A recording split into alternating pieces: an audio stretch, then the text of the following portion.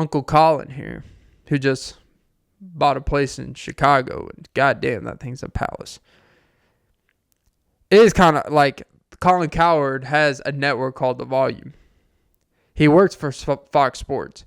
He's just literally, I don't know if he bought or an exchange or the contract was up, but he literally took his co-worker's podcast and then now it's on his network while they both still work for Fox Sports. Now, I'm pretty sure there's some genuine good business here. You know, Colin's like, hey, FS1, you guys got a lot going on. I'm just going to take this podcast away from you, and we are not going to make a big deal about it because you guys got your own legal shit, so you're going to let me have this. You know what my belief about Colin Cowherd? He's one of my favorite personalities. He really inspired me. I have a couple of his books that I've read some of it. I think he's a fascinating thing because he really could have a radio show about anything, just about anything, and it would be entertaining because there's a common thing he does with real life analogies, connecting it, humanize it. He does sports, right? But it doesn't feel like you're just listening to some meathead or some dumbass that lives in that whole, oh, championships are everything type of thing. Like, actually has a real point of view, unique perspective. He's entertaining, has the ability not to take himself too serious, but has real serious perspectives on things. And to me, I really think he's probably going to work at Fox. I think he probably just renewed a deal, so I don't know how long this is going to be. But I really think he's on the trajectory of, it's either going to be, I think his radio show is going to decrease in terms of hours. I think he's going to go down to a couple hours maybe. I think after 2 or 3 years, I think he's going to be done with it. And that's sad to hear. He's literally one of my favorite personalities. And I think he's like, once we start making this money off the volume, or he sells the volume, or merges in business, and they like focus on that, I think he's just going to be podcasting, where he could talk about whatever, not live in a sports bubble. He could talk about what he wants without being under an umbrella. And for me, I think I would be happy to see that. Because when you look at the numbers online, it's pretty insane. There are whole ESPN networks. It is a brief thing. You got to pay attention to this type of stuff, right? ESPN has rights to the Pat McAfee show. So they put clips out on their own or they'll put on NFL on ESPN, a smaller channel. So they try to use Pat McAfee clips to build that channel. Let's just call it what it is.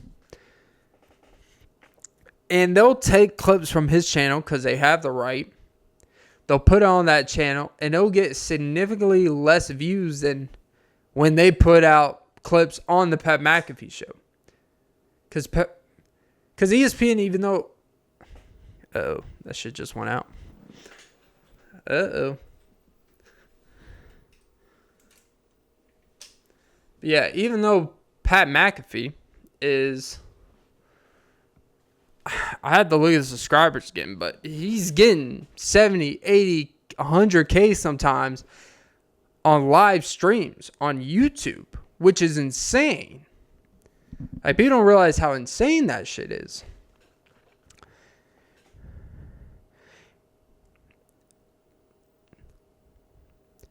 And Pat McAfee knows he's doing more for ESPN. Their ESPN is trying to use his program to build their platform up. When really, I would honestly say he's much more he's just as popular, I would argue even not as popular than before ESPN. Like, that's crazy to say. Like, ESPN is holding him back.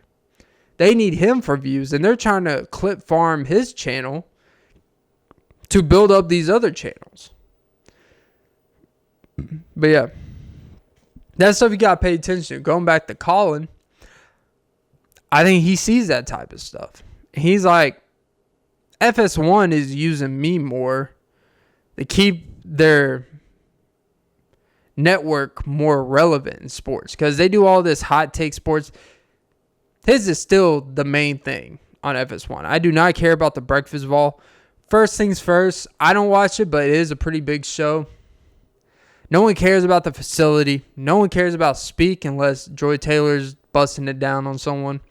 No one really cares. Like, that's the God honest truth. The volume may not have, like, well, Shay Shay, Club Shay Shay, and the nightcap is under the volume. All that is under the volume. Well, Club Shay Shay, I'm not 100%, but nightcap is definitely under the volume. And now they got Nick Wright. So they're building with the big names. Plus they got John Milkoff, who's pretty damn good. They got Jason Timt for basketball. They got a few different ones that are like actually pretty damn good. And I think he sees that like, oh, Fox Sports needs me. He's getting better numbers on the volume than most of the shows on FS1 under a big umbrella. So yeah, I'm going to end it there.